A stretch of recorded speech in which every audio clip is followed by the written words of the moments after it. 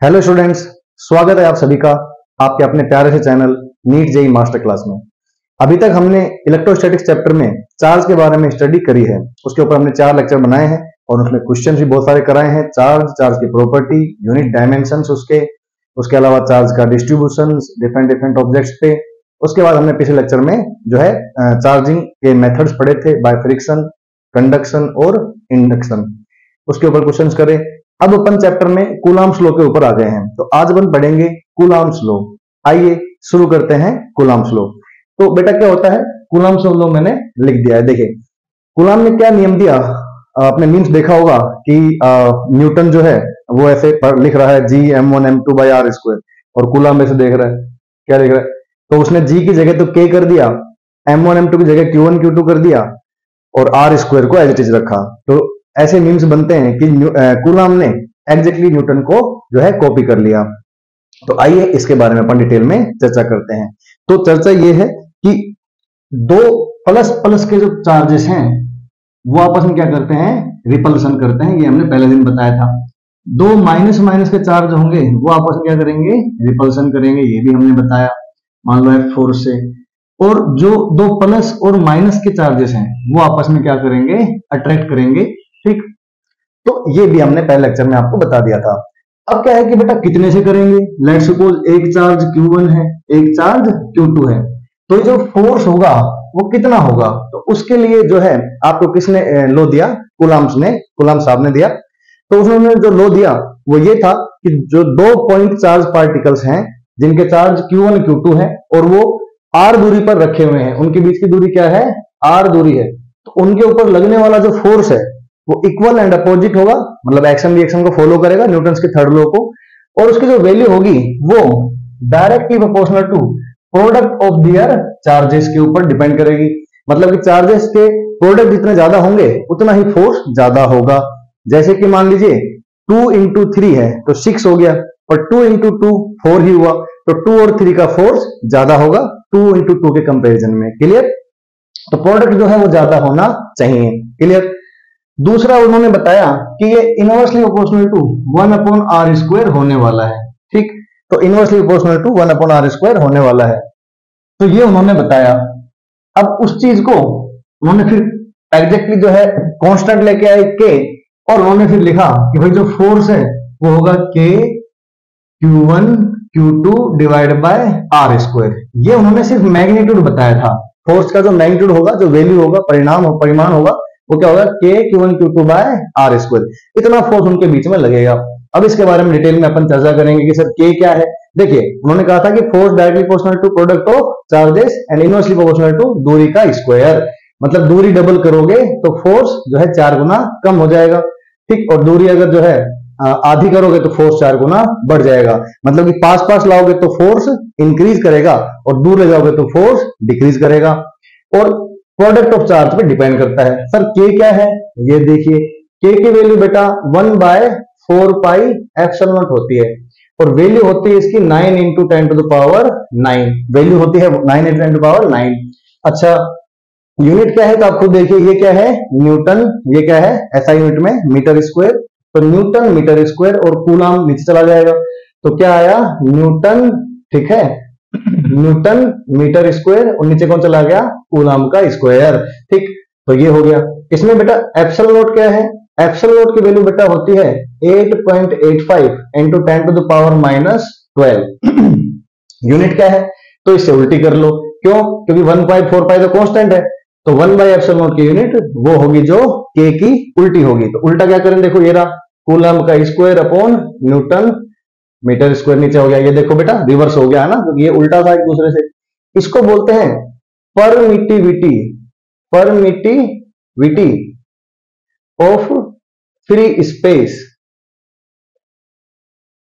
या फिर एयर, या फिर वैक्यूम।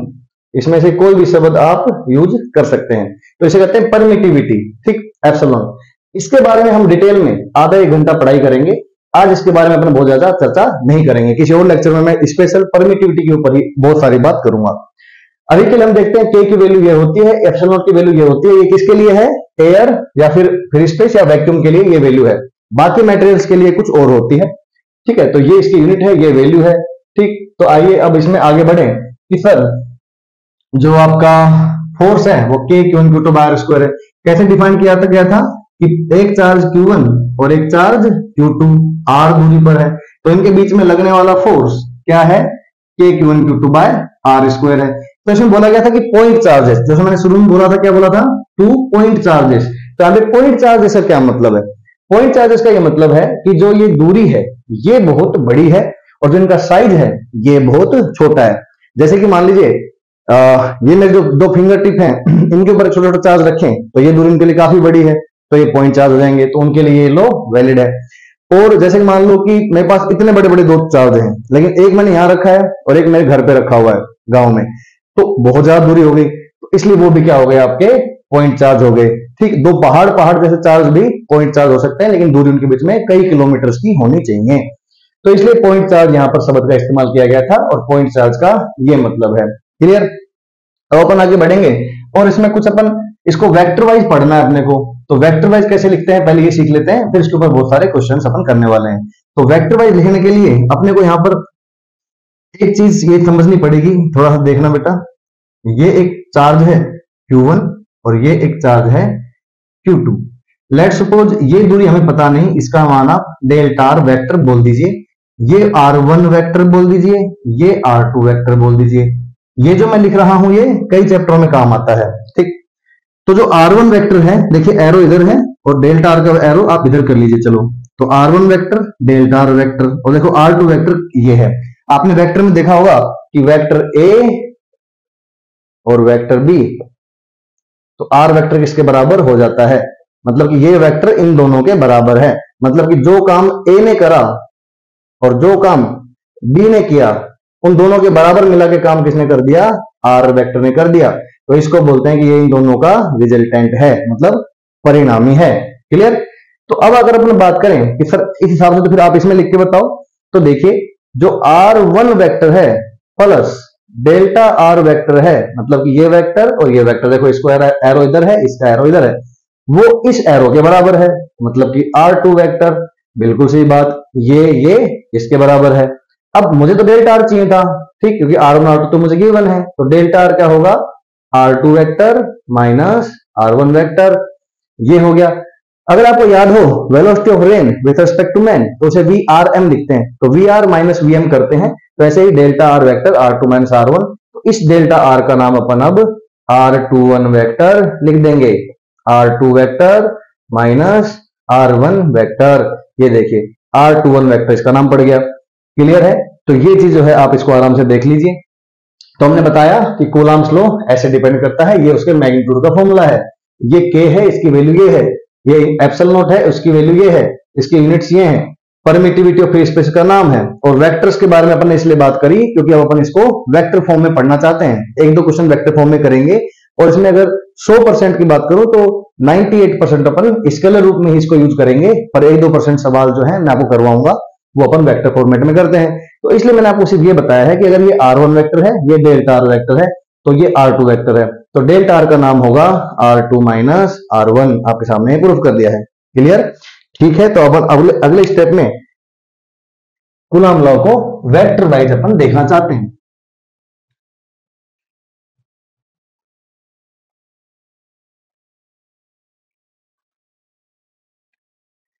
ये देखिए अब अपन क्या कर रहे हैं, यहां पर मैं एक कोऑर्डिनेट सिस्टम बना लेता हूं, प्यारा सा y एक्सिस, x एक्सिस, यहां पर ये मैंने एक Q1 चार्ज ले लिया है और यहां पर ये मैंने एक Q2 चार्ज ले लिया है, और इन दोनों पे जो R है वो मैंने R21 वाला ही ले लिया है, मतलब एरो उसकी उस तरफ है।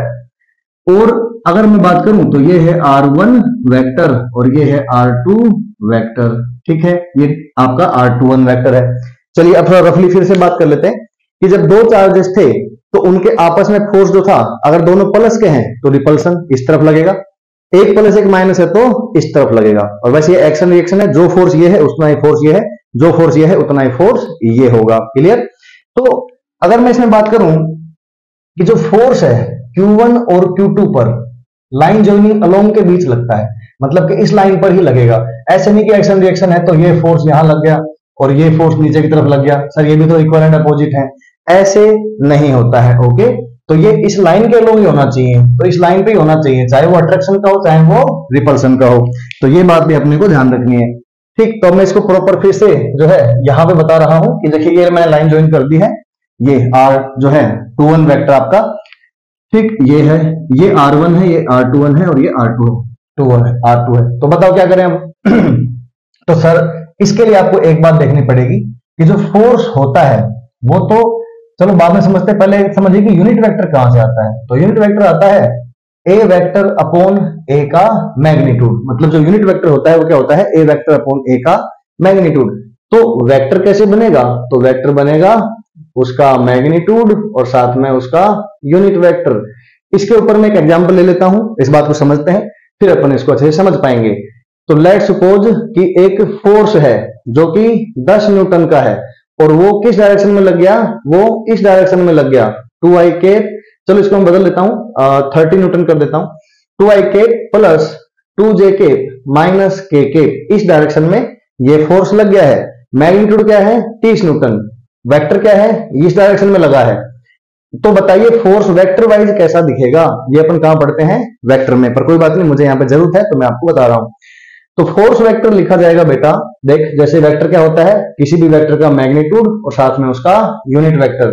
तो मैग्नीट्यूड तो मैंने दे दिया है 30 न्यूटन, ठीक, और डायरेक्शन क्या बोलिए कि इसकी तरफ है, तो डायरेक्शन मतलब यूनिट वेक्टर जो यूज होता है वो डायरेक्शन बताने के लिए ही यूज होता है। तो 2i 2j इस डायरेक्शन में करना है तो मतलब इसका अपने को यूनिट वेक्टर चाहिए, तो 2i cap plus 2j cap minus k cap divide by इनका रिजल्टेंट, तो मतलब इसका मैग्नीट्यूड बेटा क्या होता है, देखो 2 की स्क्वायर 4 और 2 की स्क्वायर 4, 4 4 8 और प्लस माइनस 1 का स्क्वायर तो 9 हो गया, तो 9 का अंडर रूट क्या बैठेगा 3, मतलब जो इसका मैग्नीट्यूड है इस वेक्टर का वो कितना आने वाला है 3, तो 3 का मैं डिवाइड कर दिया तो 3 से 3 कट गया, तो फोर्स वेक्टर जो बना वो बना, देखो 10 अंदर जाएगा तो 20i cap plus 20j cap minus 10 अंदर गया ना तो 10k cap. So this is the force vector, ये वो वेक्टर है जिसका मैग्नीट्यूड आप निकाल के देख लो 30 आएगा और डायरेक्शन क्या आएगी, ये आएगी।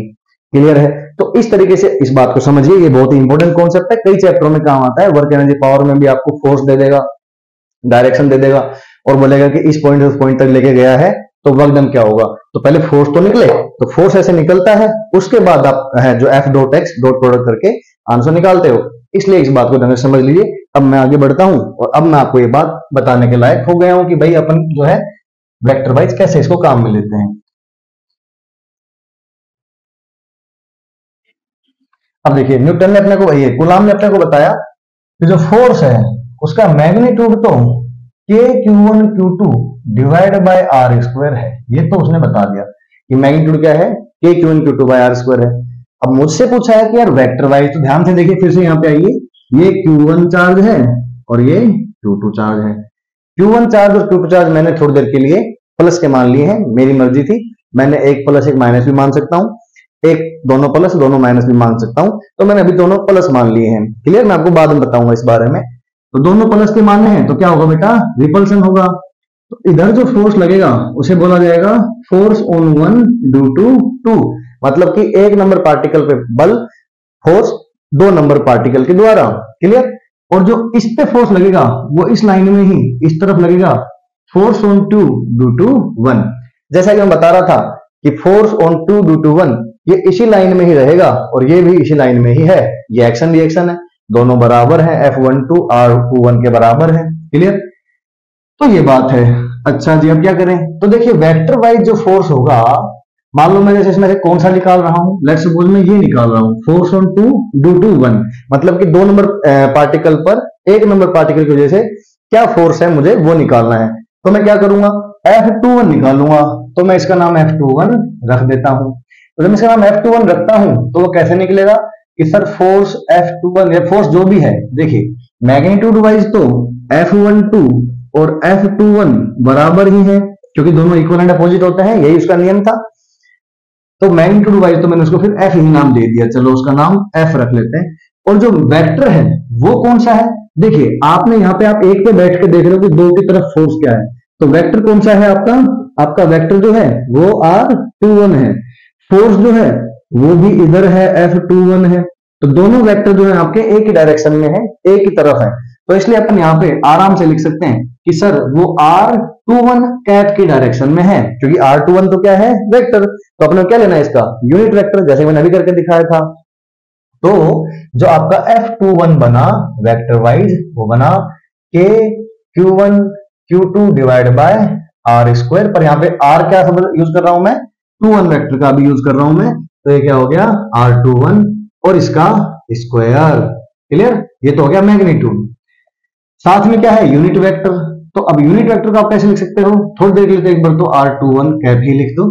नेक्स्ट स्टेप में बेटा F21 को आप लिख सकते हो K Q1 Q2 divide by, मैं इसको कैप को कोई भी यूनिट वेक्टर को आप वेक्टर अपॉन उसका मैग्नीट्यूड लिख सकते हैं।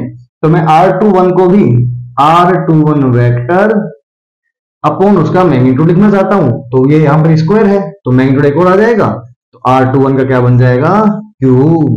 तो इस तरीके से ये आपका वेक्टर फोर्स जो है फोर्स ऑन 2 ड्यू टू 1 बन गया, K Q1 Q2 bye R21 का क्यूब, और साथ में क्या है वेक्टर है पूरा, कैप आएगा तो स्क्वायर में होगा और वेक्टर आएगा तो क्यूब में होगा।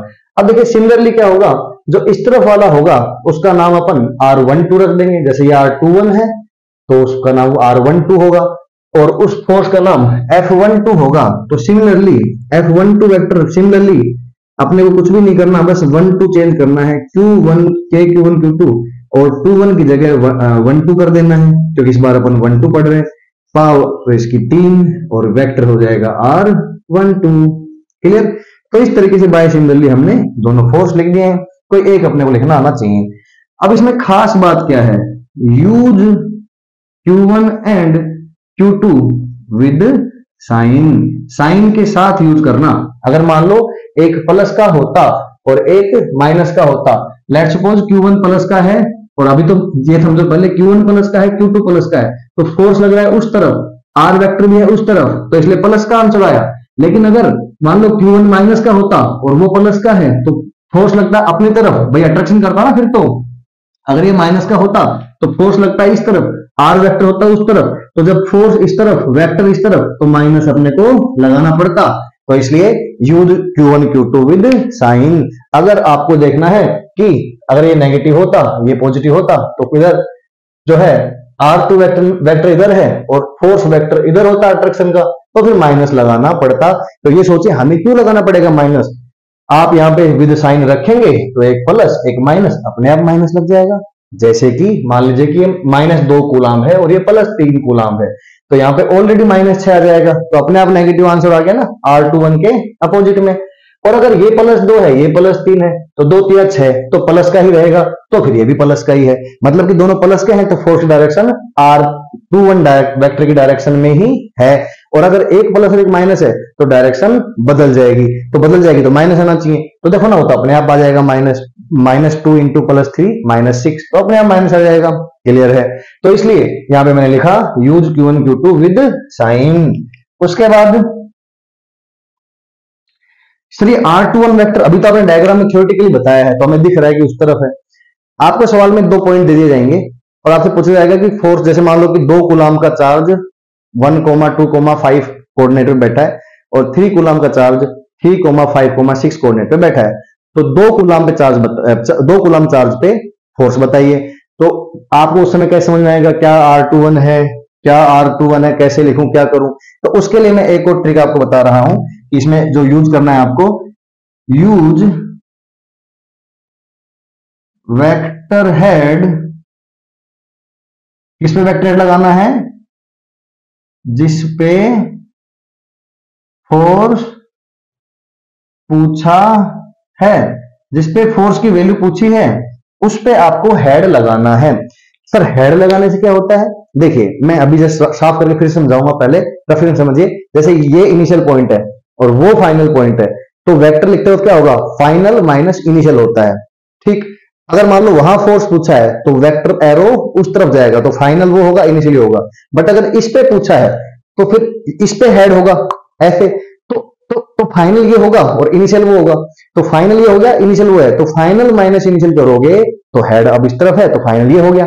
तो ये चीज मैं आपको वेक्टर वाइज फिर से बता दूंगा। फिलहाल आप समझिए, मैं इस पर सवाल भी करूंगा। यूज वेक्टर हेड जिसपे फोर्स पूछा है, जिसपे पूछा है उस पर आपको वेक्टर हेड लगाना है। यूज विद साइन कन्वेंशन, ये रहा फॉर्मूला। इसके अपन एक दो सवाल करेंगे, बहुत ज्यादा सवाल इसके नहीं आते, लेकिन जब भी आते हैं अच्छे सवाल बनते हैं इसके ऊपर। बाकी अपन इसको बाद में, ये जो फॉर्मूला है इसी का ही यूज ज्यादातर अपन करते रहते हैं, जिसको मैं 4-5 लेक्चर तक बहुत सारे सवाल इस पे कराऊंगा। ठीक है, तो आइए पहले आपको ये बता देता हूं कि इसका वेक्टर के साथ जो मैं एरो वाली बात बोला उसका क्या मतलब है।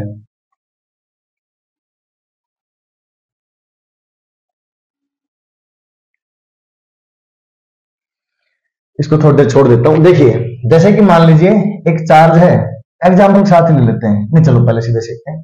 जैसे कि ये x1 y1 z1 ये पॉइंट है, और ये पॉइंट है दूसरा x2 y2 z2, ये एक पॉइंट है।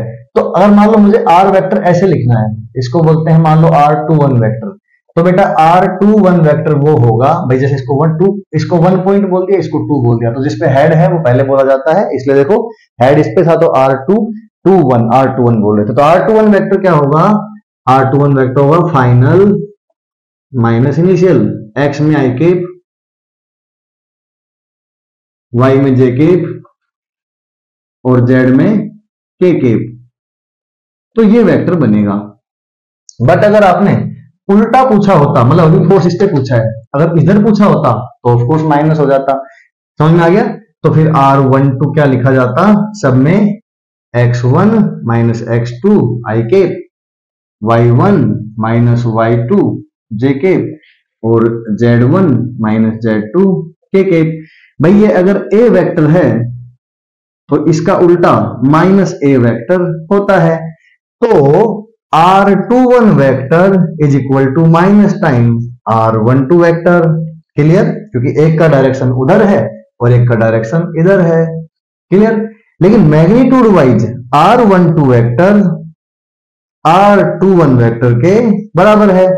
क्लियर है? तो ये सारी बातें हैं जो अपन ने करी, और अपन जो है इसको सिंपल r भी बोल सकते हैं। इसलिए जब फॉर्मूला यूज करते हैं बिना वेक्टर वाइज तो k q1 q2 बाय सिर्फ r स्क्वायर लिखते हैं, उसके अंदर r12 या r21 नहीं लगाते। क्लियर है? आई थिंक वेक्टर वाइज बात भी मैंने आपको समझा दी है। अब मैं इस पे एक न्यूमेरिकल ले लेता हूं। चलो 2 ले लेते हैं भाई साहब, क्योंकि अच्छा टॉपिक है, अपने घर की बात है। अपन कितने भी न्यूमेरिकल लें, यहाँ किसी की रोक टोक तो है नहीं, मैं अपने घर पे हूँ। हालांकि मैं दिन भर 4-5 लेक्चर लेने के बाद ये रिकॉर्ड कर रहा हूँ, और आप देख पा रहे होंगे तब भी लगभग उतनी एनर्जी है जितना अपन क्लास में पढ़ाते हैं। तो जैसे कि एक सवाल है, लेट सपोज यहाँ पर 4 कूलाम का ऑब्जेक्ट है। चार्ज क्या है? 4 कूलाम है इस पॉइंट पे, ठीक। और इस पॉइंट पे जो है, जो चार्ज है वो है माइनस का 2 कूलाम। फोर्स पूछा है इस पर इसके कोऑर्डिनेट हैं 0, 2, 1, और इसके कोऑर्डिनेट हैं 1, 3, 4। तो ये कोऑर्डिनेट हैं दोनों के। अब सवाल आप देख लीजिए बेटा, खुद से अभी हाथ बनाए हैं, जो भी मर्जी करे वो लिख लो, उसमें कोई दिक्कत नहीं है ना। 4 कूलाम माइनस 2 कूलाम, 1, 3, 4, 0, 2, 1, ठीक। अब फोर्स अभी डिसाइड करेंगे। फोर्स मान लो पूछा है फोर्स ऑन 2 पर पूछा है, तो एरो बनेगा ऐसे। अगर 1 भी पूछा होता तो एरो बनता है ऐसे। एक सवाल और लूंगा जिसमें इधर पूछ लूंगा, अभी उधर पूछ लेते हैं, ठीक। तो बताइए क्या करूं? तो कौन सा 2-1, कौन सा r21, कौन r12, कौन वेक्टर, कुछ काम नहीं आएगा। जो मैंने शॉर्ट ट्रिक बताई है वो काम आएगा। मैग्नीट्यूड तो क्या लेना है, k q1 q2 by r square, sorry r cube नीचे, और साथ में r वेक्टर लेना है। तो वेक्टर वो लेना है जिसपे हेड बना है, जिसपे फोर्स पूछा है। तो फोर्स किस पे बना है, फोर्स किस पे पूछा है 2 पर, तो हेड किस पे बनाना है 2 पर। Use q1 q2 with sign, बस 2 बातें आप ध्यान रखना। तो फोर्स वेक्टर होगा k मतलब 9 into 10 to power 9 q1 q2 with sign 4 दूनी 8। चलो पहले अलग कर देता हूं, 4 माइनस 2, ठीक। अब रह गया आपका r vector divide by r, जो भी r बनेगा उसका क्यूब। लेट्स सपोज ये r वेक्टर है, ठीक। अब ये r वेक्टर क्या है, तो r वेक्टर है फाइनल, देखो ये x2 ये x1, तो 0 माइनस 1 आई के plus 2 minus 3 j cap plus 1 minus 4 k cap. तो आर वेक्टर बनता है माइनस का आई केप, माइनस का जे केप और माइनस का 3 के केप। तो इसका मैग्नीट्यूड बनता है अंडर द रूट आई के साथ वाले का स्क्वायर, जे के साथ वाले का स्क्वायर, के साथ वाले का स्क्वायर, 3 3 9 10 11 अंडर रूट 11। तो ये इसका मैग्नीट्यूड आ गया। मुझे नीचे क्या लेना था, मैग्नीट्यूड का क्यूब। तो अंडर रूट 11 का क्या करना है बेटा, क्यूब। और ऊपर क्या लेना है, पूरा वेक्टर। वेक्टर क्या है, माइनस का आई केप, माइनस का जे केप और माइनस का 3 के केप। फिर से सुने, दो पोजीशन दी हुई थी, दो कोऑर्डिनेट दिए हुए थे, फोर्स इस पे पूछा था, इसलिए हेड 2 पर बनाया और ये आर वेक्टर हो गया। फाइनल माइनस इनिशियल अभी लिखा था थोड़ी देर पहले। आर वेक्टर जैसे ही बना उसका मैग्नीट्यूड निकाल लिया। फॉर्मूला क्या है, के Q1 Q2 विद साइन, इसलिए एक प्लस का है एक माइनस का है, नीचे था आर क्यूब और साथ में है वेक्टर। Clear, okay. तो एफ वेक्टर का फॉर्म जो आंसर आता है, अब ठीक है बस इसको यही आंसर देखो, ये माइनस बाहर आ जाएगा तो 4 दूनी 8 नहीं 72 अपॉन रूट 11 का क्यूब और साथ में क्या बचा 10 की पावर 9 और प्लस का हो गया ये, ठीक है, क्योंकि अपन ने माइनस को पूरे को ही कॉमन ले लिया। तो दिस इज द आंसर, जो भी वैल्यू आ जाएगी बेटा ये आंसर है, ठीक। अब अपन एक और क्वेश्चन बनाते हैं, ठीक। हमेशा ही अपन राइट साइड ही पढ़ाए, राइट साइड सवाल दिया, तो इस बार क्या करेंगे, लेफ्ट साइड कर लेते हैं एक सवाल, जिसमें कोई दिक्कत नहीं है।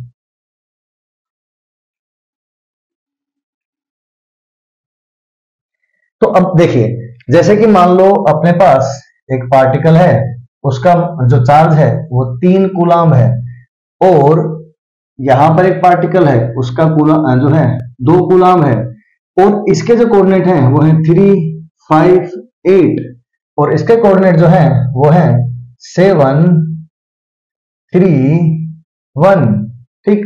तो ऐसे कोऑर्डिनेट मैंने ले लिए हैं। अब फोर्स बताना है, फोर्स ऑन 3 कूलाम ये पूछा है। तो सबसे पहले मैं यहां पे लिख देता हूं कि फोर्स होगा के Q1 विद साइन 3 इंटू 2, इस बार दोनों प्लस के हैं, एक माइनस का होता तो भी हमें कोई दिक्कत नहीं है, यूज विद साइन। और फिर यहाँ पे आर वेक्टर और नीचे उसके मैग्नीट्यूड का क्यूब, ओके। तो आइए आर वेक्टर क्या है, सर फोर्स पूछा है 3 पे इस बार, तो एरो इस तरफ बनेगा। अब इस आर वेक्टर को निकालने कैसे हैं, आर वेक्टर निकलेगा इनिशियल माइनस फाइनल, तो 1 माइनस 3, क्योंकि देखिए सॉरी उल्टा बोल दिया मैंने। अब हेड इस पे है, हेड इस पे है, तो अपन आर वेक्टर कैसे लिखेंगे, फाइनल माइनस इनिशियल। तो फाइनल क्या है अब 1 माइनस 3, ठीक, इनिशियल अब 3 है, आई के प्लस 3 माइनस 5 जे के प्लस 7 माइनस 8 के केप। फिर ढंग से देखें तो आर वेक्टर बनता है बेटा माइनस का 2 आई केप माइनस का 2 जे केप माइनस का के केप। इसका जो मैग्नीट्यूड बनेगा वो बनेगा 2 का स्क्वायर 2 का स्क्वायर 1 का स्क्वायर। ऑफकोर्स वहां माइनस भी है बट स्क्वायर क्या हो जाता है, प्लस हो जाता है, इसलिए तो आंसर आता है अंडर रूट 9 मतलब 3। तो 3 का क्यूब और यहां पर आ जाएगा केवल वेक्टर माइनस का 2 आई केप माइनस का 2 जे केप माइनस का k cap. So this is your answer. Of course आपको समझ में आ गया होगा। तो ये था अपना वेक्टर फॉर्म में फोर्स के बारे में बहुत सारे क्वेश्चंस, ठीक, 2-3 क्वेश्चन अपन ने करे। एग्जैक्टली मैंने आपको सब बता दिया कि वेक्टर कैसे लिखते हैं, कैसे वेक्टर बनाते हैं, वेक्टर वाइज कैसे लिखते हैं, सारी बातें अपन ने इसमें करी। अब अपन आगे बढ़ते हैं, टॉपिक को आगे बढ़ाते हैं।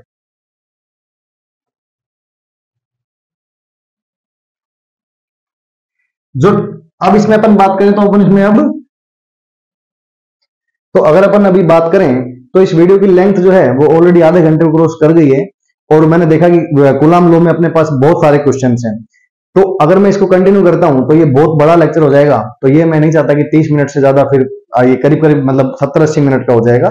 तो इसलिए अपन जो है कूलाम लॉ पे क्वेश्चंस का नेक्स्ट वीडियो बनाएंगे फिर, ठीक। तो ये इलेक्ट्रोस्टैटिक्स 5 लेक्चर जो होगा केवल कूलाम लॉ के बारे में अपन ने स्टडी करी, कूलाम लॉ क्या होता है उसकी डेफिनेशन देखी और अपन ने जो है उसके वेक्टर फॉर्मेट को देखा, वेक्टर के बारे में समझा थोड़ा सा, इनिशियल कब फाइनल कब, Q1 Q2 विद साइन रखने होते हैं और हेड उस पर बनाना है जिसपे फोर्स पूछा है। इस बारे में अपन ने देखा और अपन ने कुछ न्यूमेरिकल्स करे।